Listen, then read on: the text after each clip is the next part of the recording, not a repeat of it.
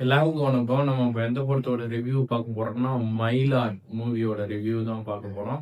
படத்த யாரா டைரக்ஷன் பண்ணியிருக்காங்க அப்படின்னு சொல்லி கேட்டீங்கன்னா, நம்மளுடைய ராஜமுருகன் சார் தான் இந்த படத்த வந்து எடுத்திருக்காரு. இதுல யார் லீட் ரோல்னா நம்முடைய சசிகுமார் சார் தான் இது வந்து ஆக்டிங் பண்ணியிருக்காரு.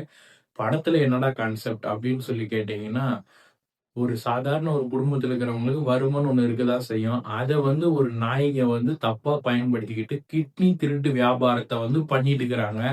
அதிலிருந்து என்ன நடக்குது அப்படின்னு போகக்கூடிய மூவி தான் மயிலாட். இந்த படத்துல வந்து சசிகுமார் சார் வந்து ஒரு பொண்ண லவ் பண்ணி மேரேஜ் பண்ணிக்கிறாங்க. இத வந்து ஃபர்ஸ்ட் ஹாஃபா காமிக்கிறாங்க. இவங்க ஒரு நடுத்தர வாழ்க்கைய வாழ்ந்துட்டு வராங்க.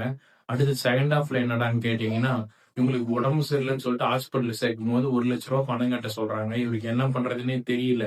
அப்போ வந்து இந்த மாரி வந்து கிட்னிய குடுத்தா வந்து காசு ரூ. 5,00,000 தரேன்னு சொல்லி ஒரு புரோக்கர் மூலியமா போறாரு. கிட்னியும் குடுத்துடுறாரு. இவங்க வந்து செத்து போயிட்டதாக அவங்க என்ன பண்றாங்கன்னா, அனௌன்ஸ்மென்ட் குடுத்துடுறாங்க. ஆனா, அவங்க அந்த இடத்த விட்டு தப்பிச்சு வந்து, இவங்க வந்து கேஸ் நடத்தி, எங்களுக்கு வந்து ஒரு ரேஷன் கார்டு குடுங்க. சாதாரண வந்து இந்திய குடிமகனாக்குறதுக்கான ஒரு உரிமை கூட இல்லையா? அப்படின்னு சொல்லி சசிகுமார் சார் வந்து போராட்டம் பண்றாரு. அது லாஸ்ட்டா ஜெயிக்குதா இல்லையா? அப்படின்னு தான் அந்த படம் போகுது. மியூசிக் வந்து சூப்பரா இருக்குது. ஸ்கிரீன் பிளே ஒர்க் நல்லா இருக்குன்னே சொல்லலாம். ஒரு புது விதமான கதை. இந்த படம் பார்த்தீங்கன்னா, தியேட்டர்ஸ்ல ரன்னிங் ஆயிட்டு இருக்குது. உண்மையே படம் நல்லா இருக்குதுங்க. மறுபடியும் அடுத்த பட ரிவ்யூல பார்க்கலாம்.